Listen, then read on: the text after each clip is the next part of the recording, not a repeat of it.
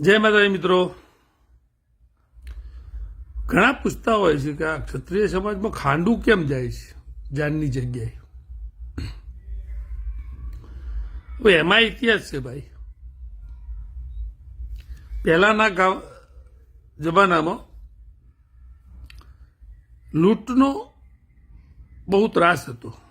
ગાયો વાળી જવી, લૂંટ કરવી. ત્યારે રક્ષણ પૂરું પાડતો એક ક્ષત્રિય સમાજ જ હતો.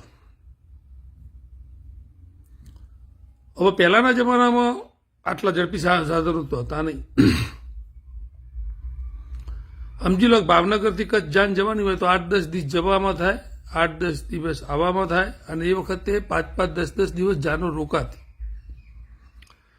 તો 20-25 દિવસ ગામ રેડું પડ્યું રહેતું.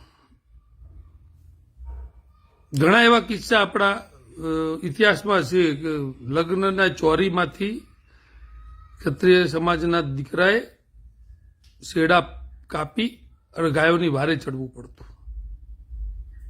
અસંખ્ય કિસ્સાઓ આ બન્યા છે. કારણ કે એ વખત પણ લૂંટારાઓ એ રાહ જોઈ રહેતા કે આ ગામમાંથી અમુક લોકો બહાર જાય તો આપણે આ ગામને લૂંટીએ. હવે આ જવાબદારી એ વખત ક્ષત્રિય સમાજની રક્ષા કરવી એ એમના